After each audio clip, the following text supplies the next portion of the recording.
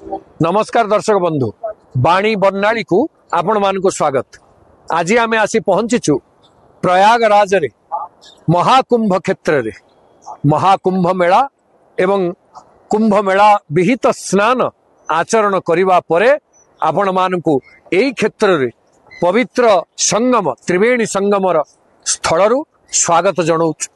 सुधीवृंद कुंभ स्नान आपण माने समस्ते जानती जे यार गोटे स्वतंत्र विशेषत्व रही आम शास्त्रीय परिभाषा रे कुंभ स्नानर स्वतंत्र विशेषत्व रही कौन कहुई ना माघे च मकरे भानौ त्रिवेणी संगम स्थले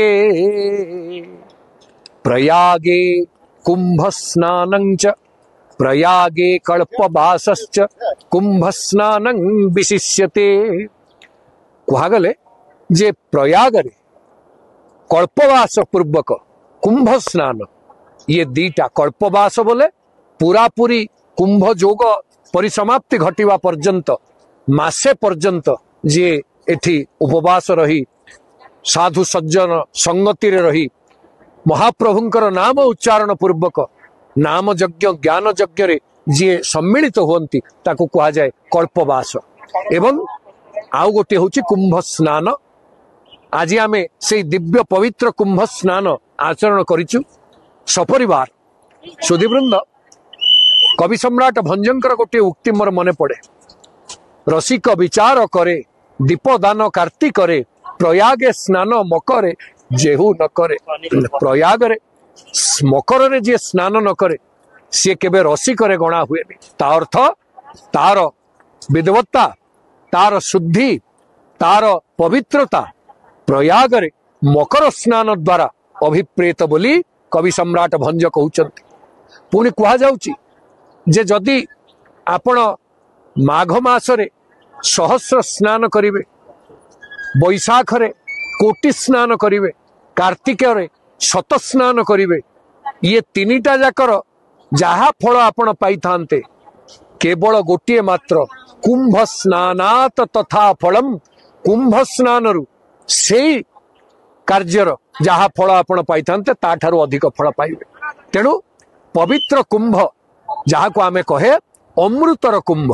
आपण समस्ते जानती जेतेबेले अमृत कुंभ रु अमृत चारि जगार चारि बिंदु खसी पड़िले से चारि जगार भारत वर्ष रे कुंभ मेला अनुष्ठित होती एवं सेथिरे प्रसिद्ध कुंभ होचंती प्रयाग कुंभ। आमे जाने प्रयाग उज्जयिनी नासिक एवं हरिद्वार चारि कुंभ एवं ये चारि धर्म अर्थ काम मोक्षर प्रतीक। प्रयाग कुंभ होचंती मोक्षर प्रतीक, हरिद्वार कुंभ होचंती धर्मर प्रतीक, उज्जयिनी कुंभ होचंती अर्थर प्रतीक एवं नासिक कुंभ होचंती गोदावरी नदी रे से होचंती कामर प्रतीक। आज ये जो पवित्र कुंभ स्थल रे आमे महाप्रभुंकर दिव्य सानिध्य एवं ये सज्जन मानकर जो संपूर्ण ये स्थल सज्जन साधु मानकर संगति रे परिपूर्ण होईची सेमानक संगत रे रही गंगा जमुना एवं सरस्वती तीनी नदीर जो त्रिवेणी संगम स्थल रे स्नान करिवार पुण्य अवश्य समस्तंकर करणीय।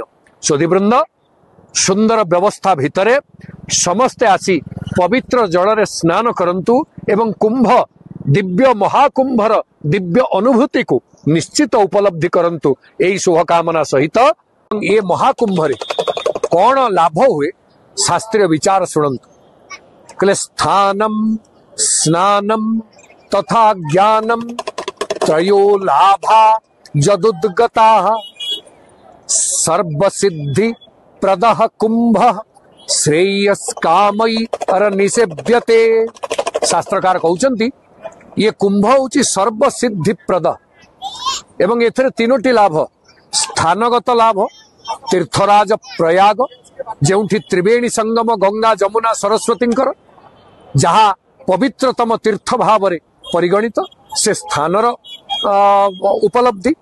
द्वितीय रे स्नानर उपलब्धि, मकरस्थ सूर्य थिला बेले जो दिव्य स्नान जहा आमे आज सपरिवार ए क्षेत्र नबार सुजोग पाई निजको धन्य मने करूछु से स्नान जहा दुर्लभ स्नान बोली कहा जाए एवं शेष सज्जन माने बहु संथ समागम एठी सेमानक मुखार बिंदरु ज्ञान श्रवण करिबा भगवत ज्ञान आत्मज्ञानर सुंदर कथा को श्रवण करिवार जो सुजोग एठी तयारी हेछि ता मध्य दुर्लभ तेणु स्थान स्नान एवं ज्ञान तीन तीनटा लाभ दौथिबा ये कुंभ होचंती सर्वसिद्धि प्रद